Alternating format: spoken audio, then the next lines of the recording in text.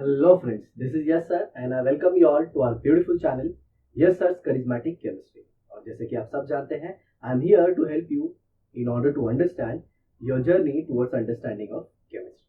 ठीक है, तो आज की इस वीडियो में हम डिस्कस करने वाले हैं क्वेश्चन नंबर 2, मतलब एक्सरसाइज के क्वेश्चन नंबर 2.3 से, जो मतलब क्वेश्चन नंबर 2 का बचा हुआ पार्ट था ना पिछले वीडियो का, उसे कंटिन्यू करेंगे एंड टिल क्वेश्चन नंबर 5 तक हम कंप्लीट करने वाले हैं। ठीक है, तो चलिए पेन और पेपर निकाल लीजिए, अपने नोटबुक में लिखना स्टार्ट कर दीजिए। तो पहला जो क्वेश्चन हम सॉल्व करने वाले हैं वो है एक रिएक्शन जिसमें हमने लिया है ड्राई ईथर। ठीक है, तो चलिए मैं यहाँ पे लिख देता हूँ उस रिएक्शन को। तो ये है क्वेश्चन, यहाँ पे है CH3, ये C, ये CH3, यहाँ पे भी CH3 और ये CH2 और यहाँ पे Cl। जी, ये Cl है और इसमें लिखा गया है sodium in presence of ether. तो जैसे ही मैंने आपको पहले भी बताया कि ऑर्गेनिक केमिस्ट्री में जब भी आप कोई रिएक्शन लिखते हो तो रिएक्शन लिखते ही आपको पता चल जाना चाहिए कि वो रिएक्शन कौन सा है, बेसिकली उसमें होने वाला क्या है। तो मैं आपको बताऊं तो ये रिएक्शन कुछ और नहीं, ये ओड्स रिएक्शन है। कौन सा रिएक्शन है? Odds reaction. तो सिंपल आप इसके दो मोल ले लीजिए, ऐसे H3CC CH3 CH3, यहाँ पे CH2, ये Cl प्लस 2Na और प्लस यहाँ पे Cl, ये CH3, यहाँ पे बीच में CH2 होगा, ये CH3 and this one is also CH3। और reaction no doubt dry ether की प्रेजेंस में होगा, ओड्स रिएक्शन है, तो यहाँ से 2 मोल NaCl निकल जाएगा। Finally you will be having H3C C CH3 CH3 CH2 CH2 C CH3 CH3 CH3, ये आपका कंपाउंड बन जाएगा। तो इसका नाम अगर आप लिखना चाहें तो ये हो गया 1 2 3 4 5 6। ओके, 1 2 3 4 5 6 2 2 5 5 टेट्रामिथाइल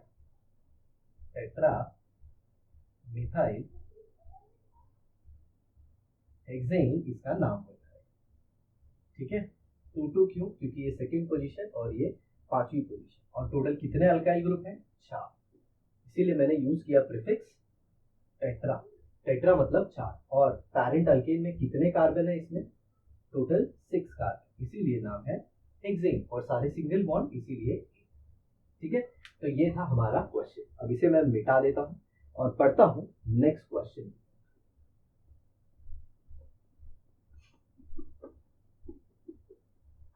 जी, आप ऑर्गेनिक केमिस्ट्री में सारे कंसेप्ट को एक शॉर्ट नोट्स में लिख लीजिए, शॉर्ट नोट बना लीजिए सबका, ताकि उसे आप रेगुलर रिवाइज करते रहे।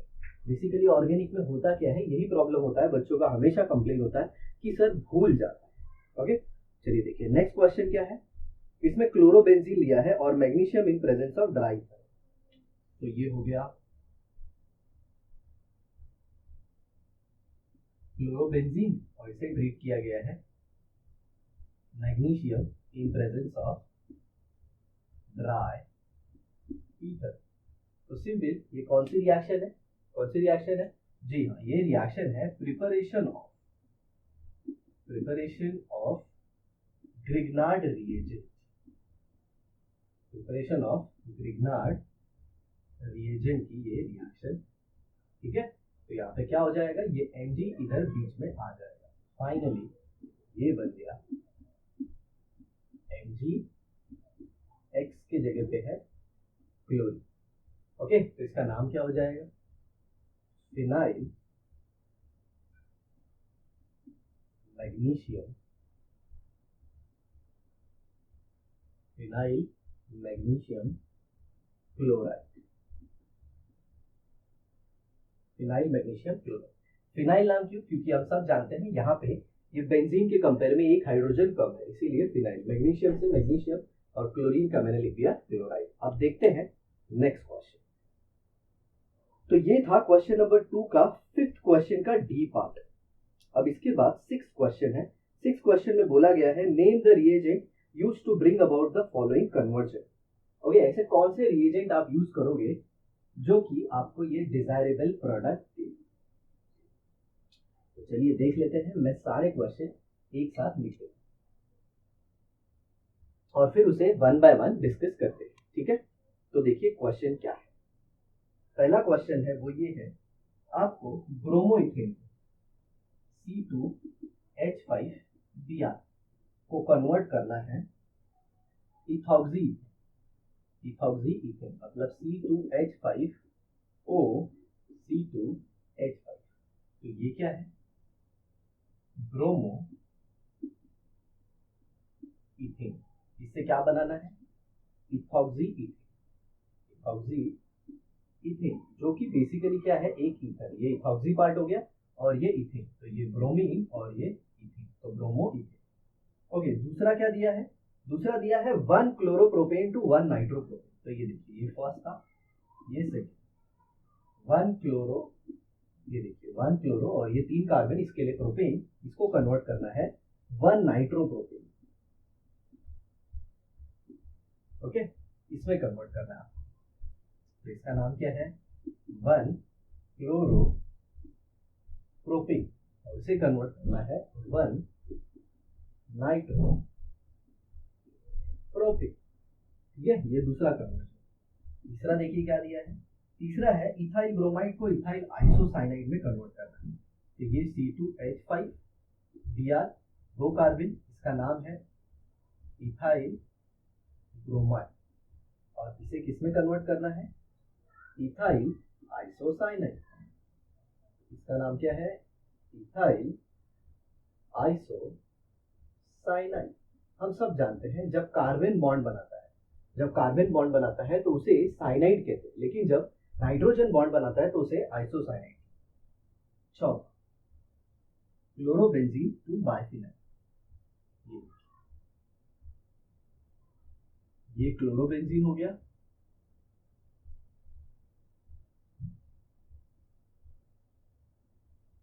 ओके, और इससे क्या बनाना है, बाइफिनाइल।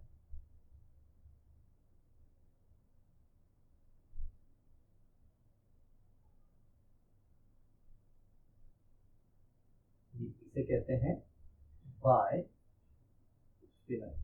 और ये क्या हो गया, क्लोरोबेंजीन। तो देखते हैं कैसे करेंगे इस कन्वर्जन को, ठीक है। तो आप देखिए, सबसे पहले यहाँ पे क्या है, ब्रोमीन, इसे किससे रिप्लेस करना है, इथॉक्सी से। तो इसके लिए हम यूज करेंगे सोडियम इथॉक्साइड, जिसमें Na के ऊपर होगा पॉजिटिव चार्ज और इस पे होगा नेगेटिव चार्ज, ठीक है। आगे चल के ये अल्कोहल फिनॉल ईथर में आप रिएक्शन पढ़ेंगे, जिसे हम कहते हैं Williamson synthesis. Okay, Williamson synthesis, इस रिएक्शन को हम ऐसा कहते हैं जी, विलियमसन सिंथेसिस। और इसे ईथर बनाने के लिए यूज किया जाता है। आप इसके बदले पोटेशियम इथॉक्साइड भी यूज कर सकते हैं। और इस रिएक्शन का जो मैकेनिज्म होता है वो होता है SN2। SN2 मतलब ये O आके, अगर मैं आपको ओपन करके बताऊं तो ये कार्बन है, ये Br है, ये O आके इस पे अटैक करेगा और साइमल्टेनियसली ये बाहर हो जाएगा। तो याद रखिए, इसमें रिएक्शन का मैकेनिज्म SN2 होगा। जी हाँ, एंट्रेंस पॉइंट ऑफ व्यू से ये सब चीजें इंपॉर्टेंट है, आपको पता होना चाहिए कि किस रिएक्शन के पीछे कौन सा मैकेनिज्म लग रहा है। बहुत सारे वीडियोस अवेलेबल है यूट्यूब पे, आप देख लोगे, लेकिन डिटेल में आपको पढ़ना काफी जरूरी है, ठीक है, हर एक चीज की डिटेल। अब ये 1 क्लोरोप्रोपेन है और यहाँ पे CCCNO2 बन रहा है, सिंपल। तो अब यहाँ पे भी आप क्या बनाओगे, नाइट्रोप्रोपेन। तो इसमें रिएक्शन होगा AgNO2 से, किससे, AgNO2 ले लोगे तो आपको नाइट्रोप्रोपेन बनाएगा। इसका मैकेनिज्म भी SN2 के जैसा ही होगा, ठीक है। अब ये देखिए, ब्रोमाइड को आपने किस में कन्वर्ट करना है, आइसोसाइनाइड। आपको याद होगा जब हम अल्कोहल KCl से रिएक्ट कराते हैं, अल्कोहलिक KCl से, तो हमें साइनाइड मिलता है, ओके। और जब अल्कोहलिक AgCl से रिएक्ट करवाते हैं तो यहाँ पे आइसोसाइनाइड। इसका पूरा मैकेनिज्म, मैं फिर से बोल रहा हूँ, इसका पूरा मैकेनिज्म मैंने वीडियो में बहुत अच्छे से एक्सप्लेन किया। आप वीडियो के नीचे डिस्क्रिप्शन बॉक्स में देख सकते हैं, मैंने हर एक वीडियो की लिंक दे रखी है, तो आप इजीली जाके उसमें देख सकते हैं। ठीक है, कि क्या ऐसा हो जाता है जिसकी वजह से AgCN में आइसोसाइनाइड बन जाता है और KCN में साइनाइड बनता है। तो यहाँ पे सिंपली क्या होगा, AgCN, और वो भी कौन सा, अल्कोहल। आया समझ में? जी। अब ये देखिए क्लोरोबेंजीन से बाइफिनाइल, आप देख रहे हैं ये एक अराइल हैलाइड है, ये एक अराइल हैलाइड, ओके, और अराइल हैलाइड से बाइफिनाइल बना है, मतलब फिनाइल क्लोराइड से बाइफिनाइल, मतलब अगर मैं इसे ऐसे ले लूं ArX, तो अगर मैं प्रोडक्ट देखूं तो ArArR, ठीक है, और ये रिएक्शन किसके प्रेजेंस में होगा, जी हाँ, ड्राई ईथर के प्रेजेंस में होगा, और इसमें 2 मोल सोडियम लेगा, ठीक है, और ये एक नेम रिएक्शन है जिसे हम कहते हैं फिटिग रिएक्शन। कौन सी रिएक्शन, फिटिग रिएक्शन। आपको पता होगा वुड्स रिएक्शन में हम आर बनाते हैं, अल्कीन बनाते हैं, 2 R ग्रुप को ज्वाइन कर देते हैं, और इसमें हम कैसे ज्वाइन करते हैं, जी हाँ, हम 2 अराइल ग्रुप को ज्वाइन कर देते हैं। सर इसका मैकेनिज्म क्या है, इसमें दोनों मैकेनिज्म चलता है, फ्री रेडिकल भी और कार्बन आयन भी, बट ज्यादा करके आपकी जो बाइफिनाइल है इसमें आप कार्बन आयन वाला ही देखो, ठीक है, बाकी होता तो फ्री रेडिकल भी, ठीक है, तो इसे अच्छे से नोट कर लीजिए। और अब मैं बढ़ता हूं अपने नेक्स्ट क्वेश्चन, ठीक है, तो आई होप आपको ये बहुत ही अच्छे से समझा होगा। नो डाउट AgCN आइसोसाइनाइड और साइनाइड बनने की जो प्रोसेस है उसमें भी SN2 मैकेनिज्म ही होता है, ठीक है जी, SN2 मैकेनिज्म, SN2 मतलब by molecular nucleophilic substitution reaction, okay, ला ला ला। चलिए देखिए नेक्स्ट क्वेश्चन की तरफ बढ़ते हैं। जो नेक्स्ट क्वेश्चन है वो है arrange the following in increasing order of boiling point, 1 bromopropane, okay, तो देख लेते हैं 1 ब्रोमोप्रोपेन, 2 ब्रोमोप्रोपेन। तो देखिए पहला क्या है, 1 2 3, 1 ब्रोमोप्रोपेन, दूसरा क्या है 2 ब्रोमो, तीसरा देखिए, तीसरा है 1 ब्रोमोब्यूटेन, 1 ब्रोमोब्यूटेन, 1 2 3 4, 1 ब्रोमोब्यूटेन। और जो चौथा है वो क्या है, जो चौथा है वो है 1 bromo 2 methyl propane, 1 bromo 2 methyl propane, ठीक है। तो इसमें कार्बन की जो भी वैलेंसी है आप उसे बैलेंस कर लीजिएगा हाइड्रोजन के साथ, ठीक है, मेरे ख्याल से आपको इतना तो आता ही है। अब जरा देखिए इसमें हमें ऑर्डर ऑफ, कौन सा order, increasing order, arrange the following in increasing order of boiling point, तो हमें increasing order of boiling point के हिसाब से अरेंज करना, ठीक है, increasing order of boiling point. तो मैं आपको कुछ बेसिक चीजें बता देता हूं जिसके जिसके हेल्प से आप ये क्वेश्चन इजीली कर जाओगे, ठीक है। तो याद रखना कभी भी boiling point of any alkyl halide is directly proportional to molecular weight and boiling point is inversely proportional to branching। आया समझ में? तो बॉइलिंग पॉइंट सबसे ज्यादा किसको डायरेक्टली प्रोपोर्शनल करेगा, जी हाँ, मॉलिक्यूलर वेट है। और याद रखना प्रोपेन का हमेशा बॉइलर जो मॉलिक्यूलर वेट है वो ब्यूटेन से कम होता है, वो आप सब जानते हो, उसमें CH2 यूनिट का फर्क है। तो इसमें मैं पहले बॉइलिंग मतलब मॉलिक्यूलर वेट के हिसाब से अरेंज कर देता हूँ। तो इन दोनों का मॉलिक्यूलर वेट क्या है, same, because they are 4 carbon bromide, ठीक है। अब इन दोनों का सेम क्यों, क्योंकि ये है 3 कार्बन ब्रोमाइड, ओके। तो एक चीज तो सिंपल हो गई कि 3 and 4 are greater than 1 and 2। क्यों, क्योंकि इनका मॉलिक्यूलर वेट ज्यादा है, high molecular weight. I hope आपको मॉलिक्यूलर वेट निकालने आता है।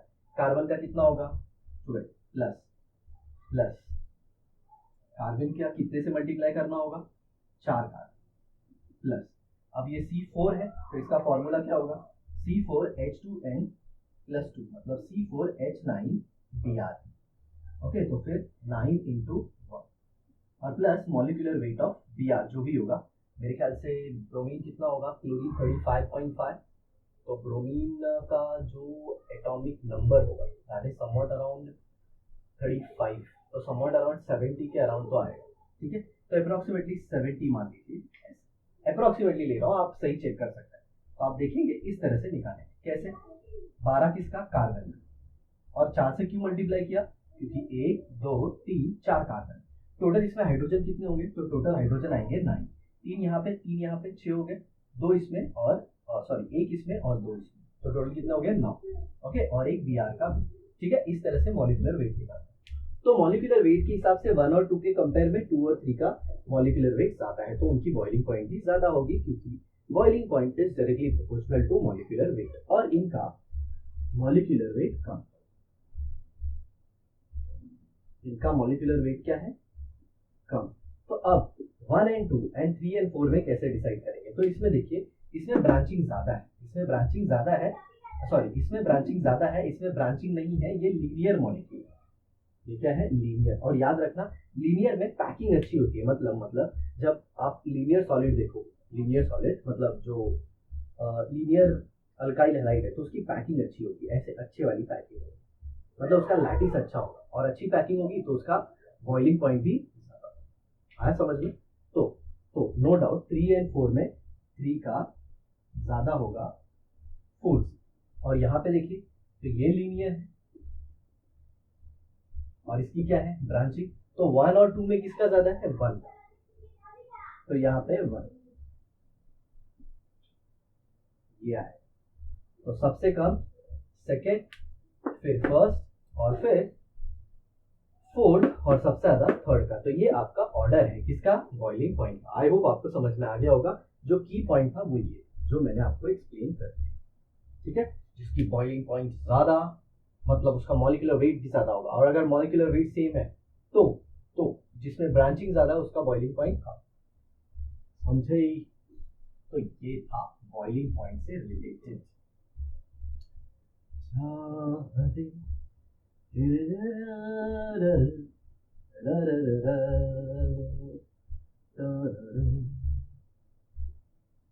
चलिए देखिए अब नेक्स्ट वाला। ठीक है, नेक्स्ट क्या है, next question, match the column है। दोस्तों मैच द कॉलम है, पहले मैं लेफ्ट साइड वाला पूरा एक बार लिख देता हूं। तो कॉलम 1 में देखिए क्या लिखा है, कॉलम 1, और इस साइड है कॉलम 2। ठीक है, तो कॉलम 1 में सबसे पहले क्या है,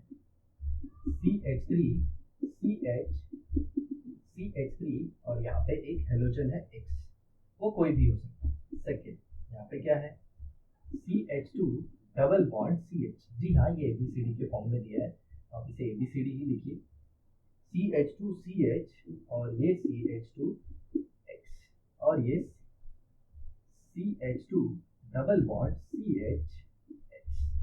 ठीक है, अब इसके आगे इसके ऑप्शन दिए, सबसे पहला कौन सा दिया है, विनाइल हैलाइड, दूसरा दिया है अल्काइल हलाइड, ओके, तीसरा दिया है अलाइल हलाइड, अलाइल हलाइड, उसके बाद दिया है बेंजाइल हलाइड, और उसके बाद दिया है अराइल हलाइड।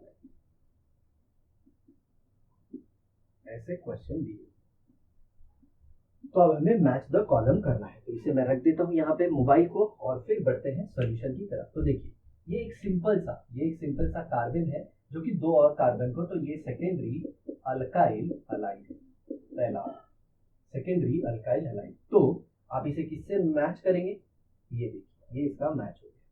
ठीक है, अब ये देखिए यहाँ पे अगर आप ये कार्बन देखें तो ये sp2 है, ये भी sp2 है, और ये sp3 है। तो एक ऐसा sp3 कार्बन, एक ऐसा sp3, ध्यान से सुनिएगा, एक ऐसा sp3 कार्बन जो कि sp2 कार्बन से अटैच है, जो कि वापस एक sp2 कार्बन से अटैच है। तो जब भी ऐसा लिंकेज दिखे तो इसे हम अलाइल हलाइड कहते हैं।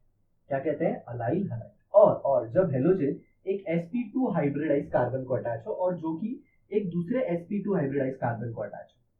देखिए हेलोजन किसको अटैच है डायरेक्टली, हेलोजन sp2 हाइब्रिडाइज को, और sp2 किसको अटैच है, sp2 को, तो इसे विनाइल कहते हैं। क्या कहते हैं, विनाइल हैलाइड। तो ये विनाइल हो गया।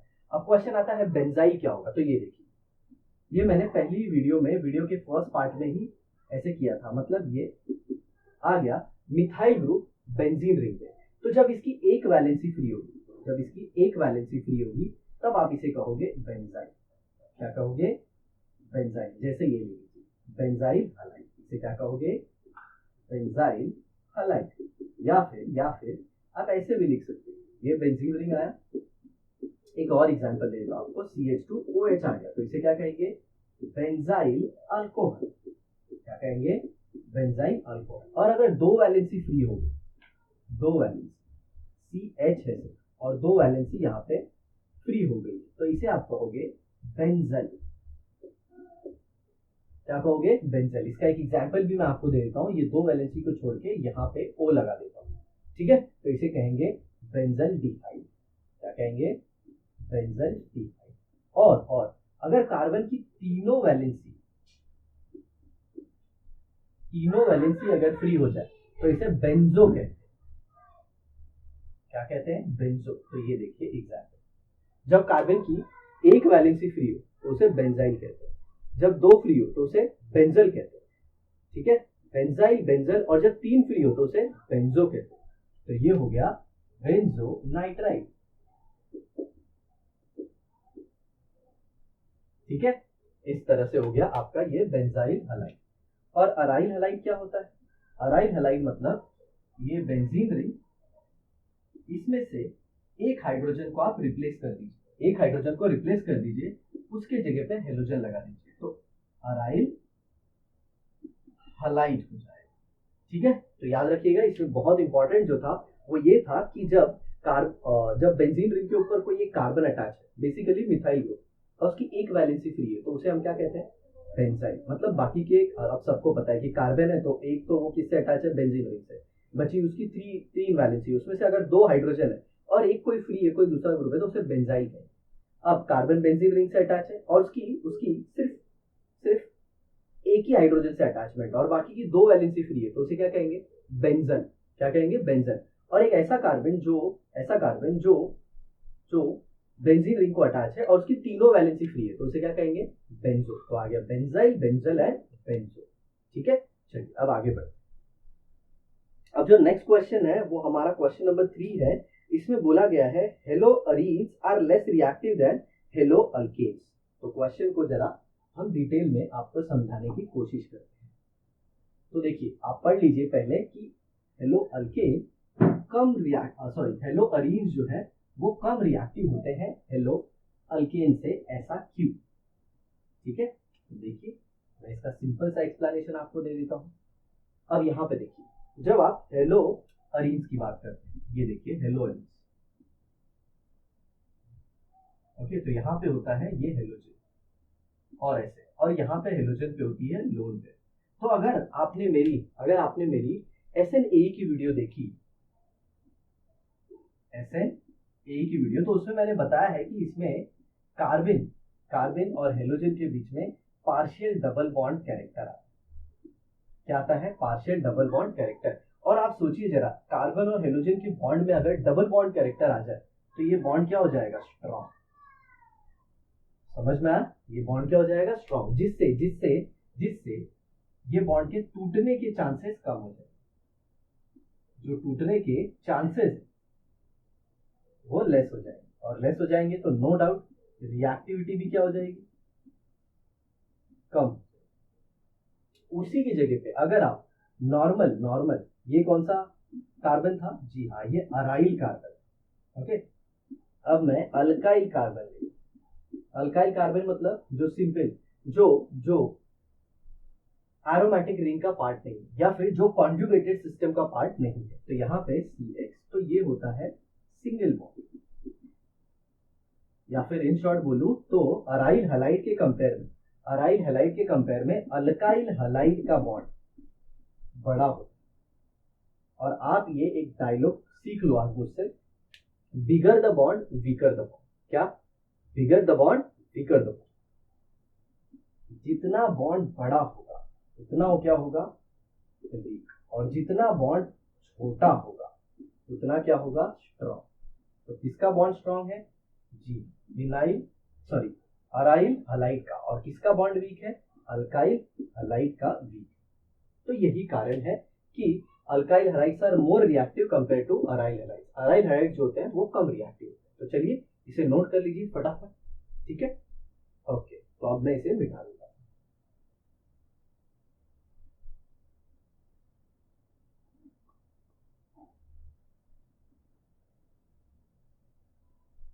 अब नेक्स्ट क्वेश्चन की तरफ हम बढ़ते हैं, देखते हैं क्या दिया है नेक्स्ट क्वेश्चन। तो अगर आप देखें तो नेक्स्ट क्वेश्चन में दिया है alkyl halides though polar are immiscible in water. Alkyl halide जो कि पोलर होते हैं लेकिन वो फिर भी क्या होते हैं, इमिसिबल। तो देखिए बहुत ही अच्छा क्वेश्चन है, मैं इसे एक्सप्लेन कर देता हूँ। अल्काइल हैलाइड का पोलर नेचर होता है, तो क्या होता है अल्काइल हैलाइड, ये C और ये X, तो ये क्या हो गया अल्काइल हैलाइड, ठीक है। इसके ऊपर स्लाइड पॉजिटिव, इसके ऊपर स्लाइड नेगेटिव, क्यों, क्योंकि हेलोजन की इलेक्ट्रोनेगेटिविटी ज्यादा है, तो उसके वो कार्बन के इलेक्ट्रॉन को अपनी तरफ ज्यादा खींचेगा, ठीक है। और कार्बन के ऊपर आ जाएगा पार्शियल, पार्शियल मतलब slight, not perfect one positive. Perfect one positive आया तो मतलब कितना 1.6 into 10 to the power minus 19 coulomb का चार्ज आता है, जी इससे कम चार्ज आएगा, याद रखिए। तो क्वेश्चन है कि ये पोलर है, ये क्या है, पोलर है, तो सिंपल सी बात है, इसको वाटर में क्या होना चाहिए था, सोल्यूबल, लेकिन ये पोलर होने के बाद भी वाटर में क्या है, इमिसिबल। इमिसिबल को इन शॉर्ट में बोलूं तो इनसॉल्युबल। जब दो लिक्विड की बात करते हैं तो इमिसिबल आ जाता है, क्या आ जाता है, इमिसिबल, दो लिक्विड की बात करते हैं। अब इसके पीछे जो थियरी है मैं वो आपको बताता हूँ, तो ध्यान से सुनिए, मैं आपको पूरे सॉल्युबिलिटी की थियरी ही बता देता हूँ। जैसे कोई एक सॉल्यूट है और उसको आप डिसॉल्व करना चाहते हो किसी सॉल्वेंट में, ओके, कोई एक सॉल्यूट है और आप उसे क्या चाहते हो कि वो सॉल्वेंट में डिसॉल्व हो जाए। तो देखिए सबसे पहले होता क्या है, आपको सॉल्यूट का बॉन्ड तोड़ना पड़ेगा, या फिर मैं ऐसे कहूं कि सॉल्यूट सॉल्यूट इंटरैक्शन को तोड़ना पड़ेगा, ओके। मैं डिटेल में आता हूं इसके, अभी पहले आपको शॉर्ट में बता देता हूं। और किसको, जी हाँ, एक होता है सॉल्वेंट इंटरैक्शन।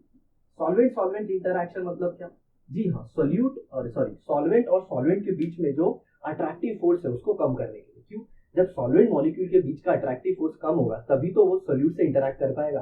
तो ये भी मतलब यहाँ पे भी अट्रैक्टिव फोर्स को ओवरकम करना है, मतलब इसको भी बॉन्ड तोड़ने की जरूरत है।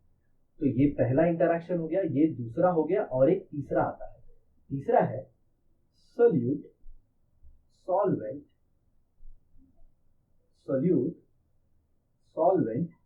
इंटरैक्शन,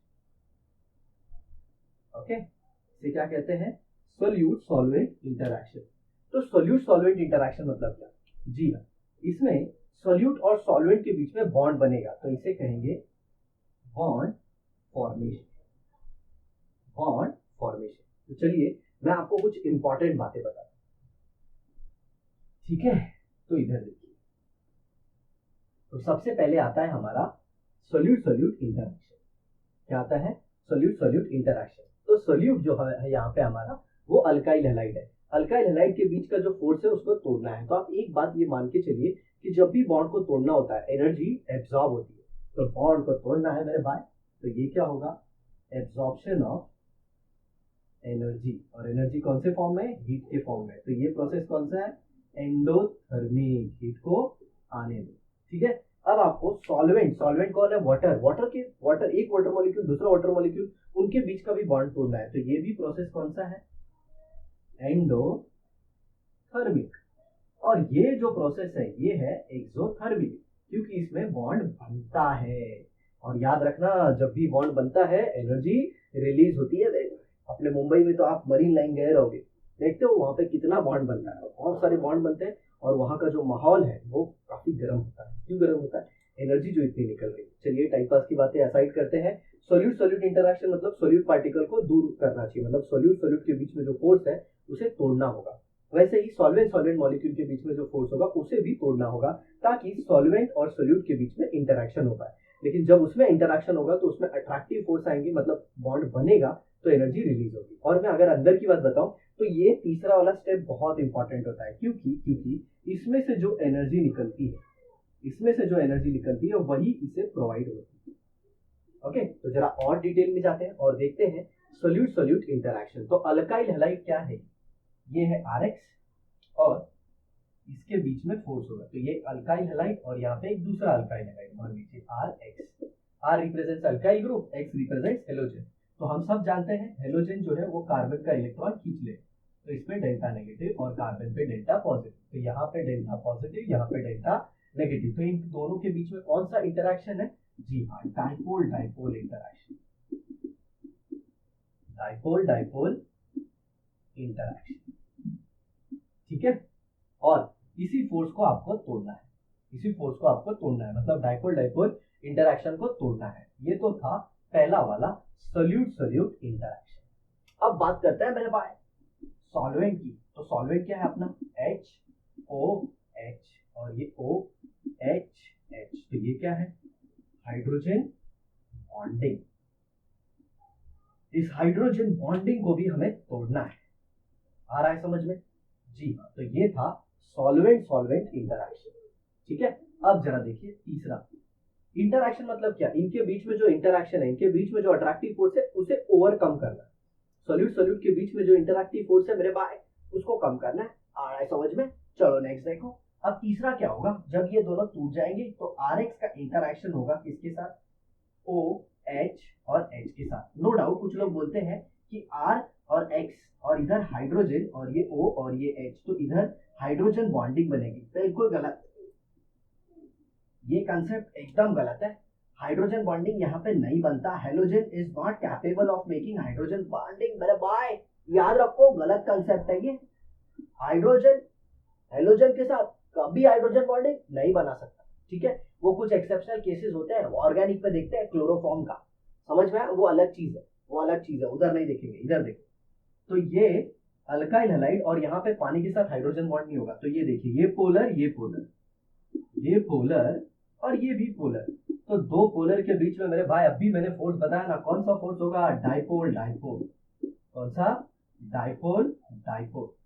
ओके, तो सुनिए, इनके बीच का जो इंटरेक्शन है, ये वाला इंटरेक्शन, इसमें इतनी एनर्जी नहीं होती, इसमें इतनी एनर्जी रिलीज नहीं होती कि वो इस डाइपोल डाइपोल को और इस हाइड्रोजन बॉन्डिंग को तोड़ सके। अगर सिंपल भाषा में बोलूं तो यही है कि जो थर्ड वाला स्टेप है, ये इतना ज्यादा एक्सोथर्मिक नहीं होता, इसमें से इतनी ज्यादा एनर्जी नहीं निकल पाती कि सॉल्वेंट मॉलिक्यूल दूर हो पाए और सोल्यूट के बीच का अट्रैक्शन भी कम हो पाए, ताकि सोल्यूट और सॉल्वेंट मिल पाए। तो तीसरे स्टेप से जो एनर्जी रिलीज होती है वो काफी कम होती है। अगर कोई, मान लीजिए अल्काइल हैलाइड के अलावा अगर कोई सब्सटेंस डिसॉल्व हो रहा है पानी में, तो हमेशा याद रखिएगा कि ये तीसरे स्टेप से जो एनर्जी निकल रही है वो काफी ज्यादा होती है, जो कि कंपनसेट करती है फर्स्ट और सेकेंड स्टेप को। तो इसी क्वेश्चन के साथ आपको पूरा सोल्यूबिलिटी का भी कंसेप्ट क्लियर हो, ठीक है। अगर आपको ये कंसेप्ट बहुत ही अच्छे से समझा होगा तो नीचे जरूर कमेंट बॉक्स में अपना अप्रिसिएशन लिखिएगा, उससे काफी मोटिवेशन मिलता है, और मोटिवेशन ही तो एक मेरी चीज है दोस्तों, जिसके थ्रू हम वीडियो बनाते हैं, ठीक है। चलिए, तो ये क्वेश्चन हो गया, अब हम देखते हैं नेक्स्ट क्वेश्चन। क्या है नेक्स्ट क्वेश्चन, वही, इसीलिए आप ऐसा मत सोचना कि सर आप सोल्यूबल बोल रहे थे, तो इसी रीजन की वजह से जो अल्काइल हैलाइड है वो वाटर में इनसोल्यूबल होता है। नेक्स्ट देखिए, reaction involving Grignard reagent must be carried out under anhydrous condition. तो ग्रिग्नार्ड रिएजेंट का जो रिएक्शन है वो हमेशा एनहाइड्रस कंडीशन में होना चाहिए। क्यों होना चाहिए वो भी मैं आपको बताऊं। तो जैसे कि मैंने ग्रिग्नार्ड रिएजेंट पे ऑलरेडी एक वीडियो बनाया था और उस पर ऑलरेडी बताया है कि जो ग्रिग्नार्ड रिएजेंट है उसमें जो अल्काइल या अराइल पार्ट है, जैसे ग्रिग्नार्ड रिएजेंट दो टाइप के हो सकते हैं, RMgX या फिर ARMgX, ओके, दोनों, इन दोनों पे नेगेटिव चार्ज होता है, डेल्टा नेगेटिव, ओके। और बेसिकली ये दोनों क्या है, दोनों एक तरह से कार्ब अनायन होते हैं। क्या होते हैं, कार्ब अनायन, और उनकी रिएक्शन किसमें की जाती है, जी हाँ, ड्राई ईथर।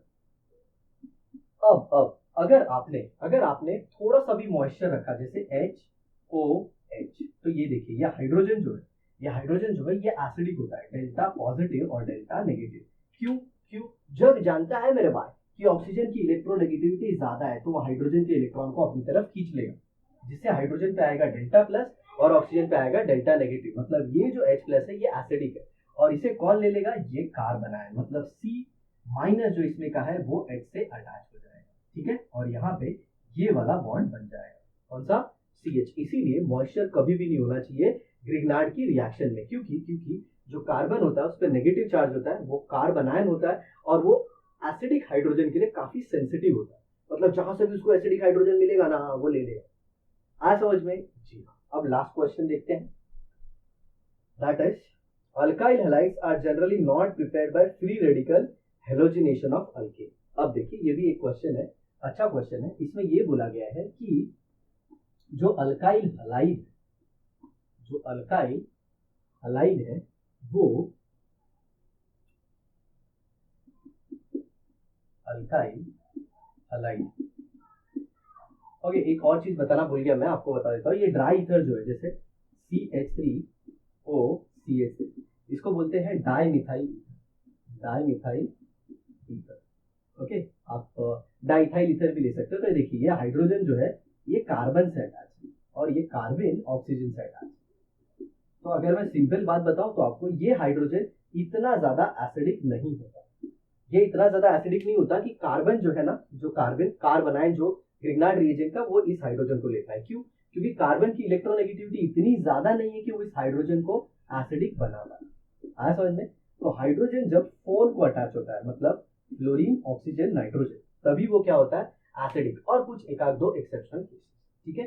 तो देखिए हम बात कर रहे थे कि अल्काइल हैलाइड को हम फ्री रेडिकल से क्यों नहीं बनाते। जैसे मीथेन है और उसका क्लोरीनेशन करा रहे हैं in presence of HNO। Okay, HNO मतलब सनलाइट, और बेसिकली ये लाइट क्या करती है? ये फ्री रेडिकल प्रोड्यूस करवाती है।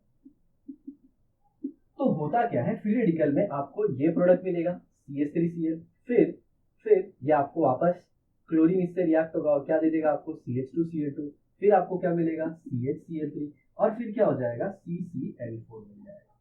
मतलब इन शॉर्ट मेरे कहने का मतलब ये है कि आपको मिक्सचर ऑफ अल्काइल हैलाइड मिल जाएगा। ये देखिए, मिक्सचर ऑफ अल्काइल हैलाइड, ये मिक्सचर ऑफ अल्काइल हैलाइड। तो फ्री रेडिकल एक अच्छा मेथड नहीं होता अल्काइल हैलाइड बनाने के लिए, क्योंकि अगर मिक्सचर बन गया तो फिर आपको क्या करना होगा? आपको फिर वो पूरे अल्काइल हैलाइड को अलग करना होगा, जिसके लिए आपको फ्रैक्शनल डिस्टिलेशन करना होगा, और फिर फ्रैक्शनल डिस्टिलेशन करने के लिए वापस रोकड़ा लगेगा, और रोकड़ा लगेगा तो कोई भी इंडस्ट्री या मैं और आप कोई भी ये नहीं चाहते कि हमारा पैसा जाए, ठीक है। अब देखिए नेक्स्ट क्वेश्चन नंबर 4 दिया गया है कि SN1 और SN2 मैकेनिज्म में जो सब्स्टिट्यूशन रिएक्शन का उसका डिफरेंस बताइए। तो दोस्तों इसके ऊपर हमने एक बहुत ही अच्छी वीडियो बनाई है, SN1 एंड SN2। मैंने इस क्वेश्चन के लिए ही स्पेशली वो वीडियो बनाई थी और काफी डिटेल में एक्सप्लेन किया, आप जरूर देखिए वो वीडियो, ठीक है। आप प्लेलिस्ट में जाके हेलोजन डेरिवेटिव का देख सकते हैं, SN1 वर्सेस SN2। अब देखिए आगे दिया है ऑप्टिकल आइसोमेरिज्म इन 2-क्लोरोब्यूटेन में ऑप्टिकल आइसोमेरिज्म। ओके, तो चलिए मैं बना देता हूं 2-क्लोरोब्यूटेन।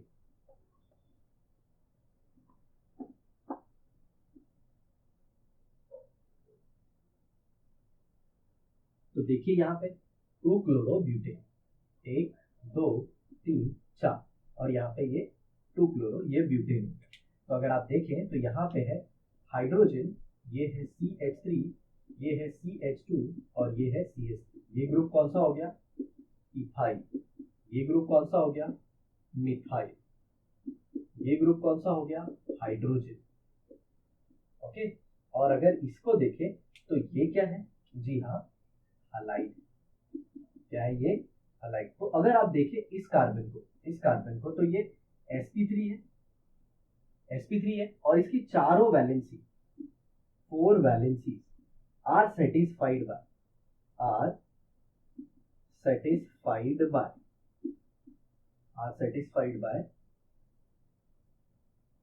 4 डिफरेंट ग्रुप्स। ओके, आप चाहे तो इसकी मिरर इमेज भी बना सकते हैं। क्या कर सकते हैं? Mirror image. तो ये आ जाएगा CH3CH Cl CH2 CH3, और और जब इसको ऐसे उठा के इसके ऊपर रखेंगे तो आप देखेंगे ये नॉन सुपर इम्पोजिबल,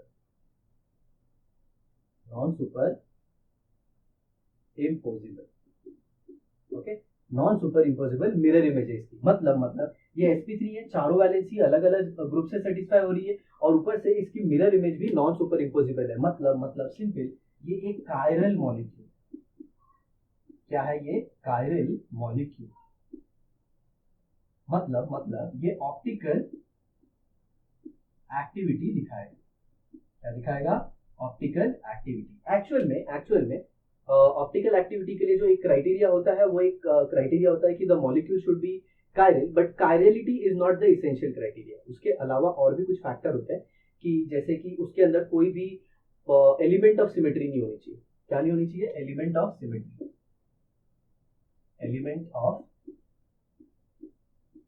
सिमेट्री, जिसमें 4 एलिमेंट है। पहला है प्लेन ऑफ सिमेट्री। क्या? Plane of symmetry. ये होता है एक इमेजिनरी प्लेन।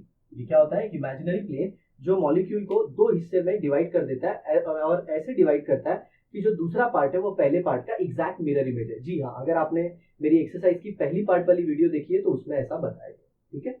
और दूसरा होता है centre of symmetry, centre of symmetry. तीसरा है axis of symmetry, axis of symmetry. और एक चौथा होता है alternate axis of symmetry. But ये स्टेट बोर्ड के हिसाब से ये इतना डिटेल में पढ़ना कोई जरूरी नहीं है, लेकिन इसे हम जरूर डिस्कस करेंगे जब हम एंट्रेंस के सेशन लाएंगे। तो ये था आज का हमारा सेशन, जिसमें हमने अपने एक्सरसाइज के क्वेश्चन नंबर 5 तक डिस्कस कर लिया। अब हम अगले अपने पार्ट के साथ आएंगे जिसमें हम जो रिमेनिंग पार्ट है उसे डिस्कस करेंगे। तो आई होप आपको ये वीडियो जरूर पसंद आई होगी। वैसे आप अपने जरूर फ्रेंड्स के साथ शेयर करेंगे, ठीक है। तो इसी तरह पढ़ते रहिए और कुछ अच्छा कीजिए for your society, for your family as well as for your country. Have a nice day ahead. Okay, bye bye.